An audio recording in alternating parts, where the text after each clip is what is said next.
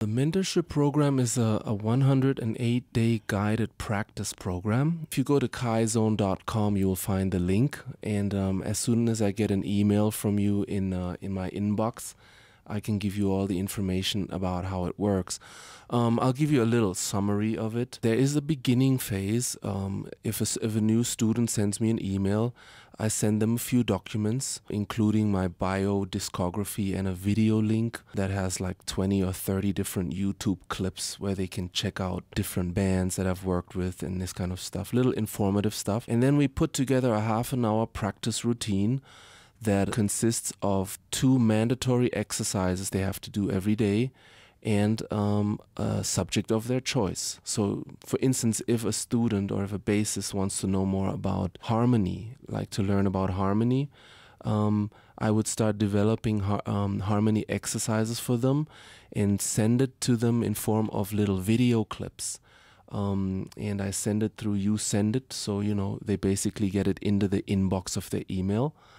And then when they do their homework, they send me an MP3 of their performance, and then I can listen to that and see where it needs work and what is good, whether they're ready for the next exercise or not. However, the core of it is a database online. So students will receive a username and a password, and they have their own slot in a database where every day they make a little entry to their practice.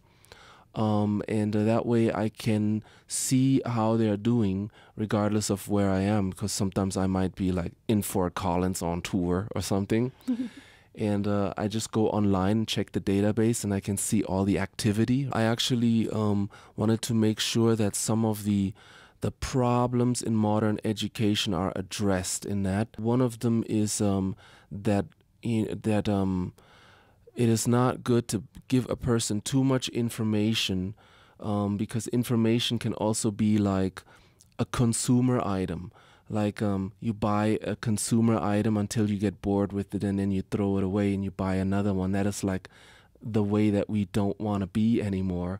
And the same goes for information. You know, there is a tendency in the mainstream to consume information the same way, you know, that you can hoard things, or basically that left-right brain imbalance that we see in a lot of patriarchal cultures, where performance is more important than contemplation, for instance, or to play fast is better than to play slow. So a lot of these things I realize are bad habits, and the mentorship program requires the student to divide their time into 15 minutes of structured left brain type of play and 15 minutes of free play, intuitive, emotional approach to the music.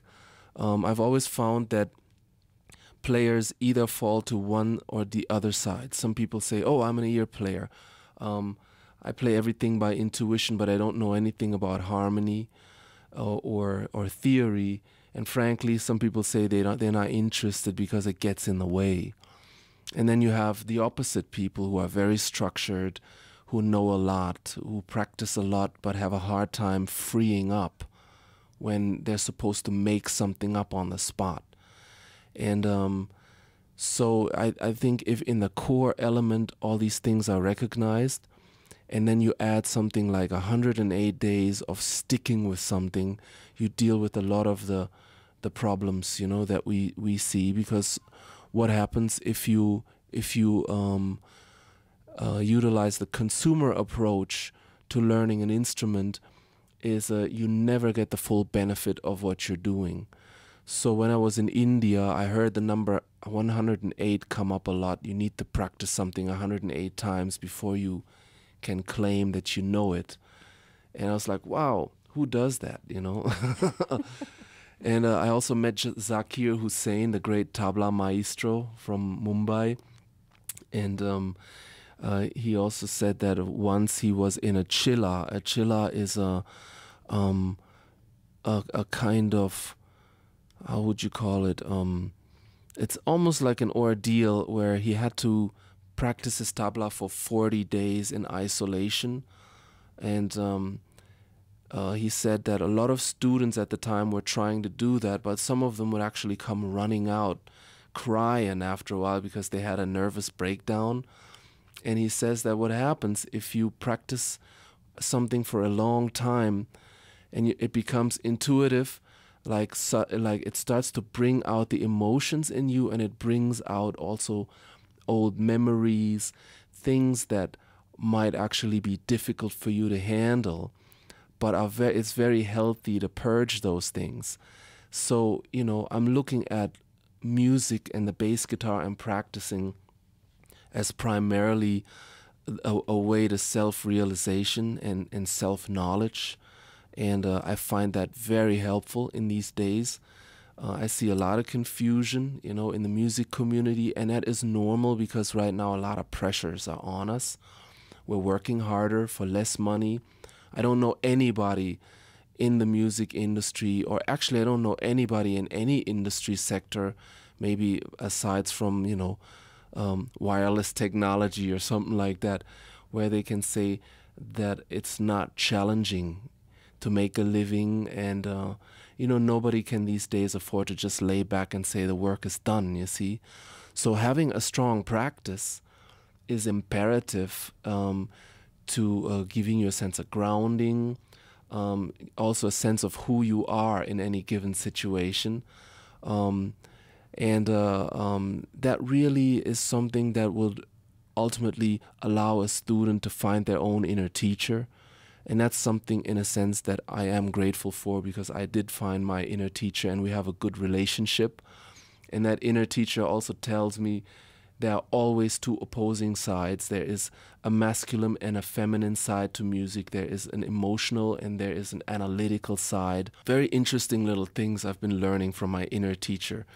I'll give you one. I have one very, very basic lesson comes from the heartbeat. So, you know, one night I was like listening to my heartbeat and I was like, what is this thing? You know, what is it actually doing? And I realized it's a triplet. And then I went deeper into it. What is it? Are each of these three sounds of the triplet the same sound, or are they different sounds? And I realized that the first impulse is a beat, and it's an action, and it goes inward. So I feel something pushing my chest inward. That's the first one. The second one is a reaction, as if my chest is pushing it back out.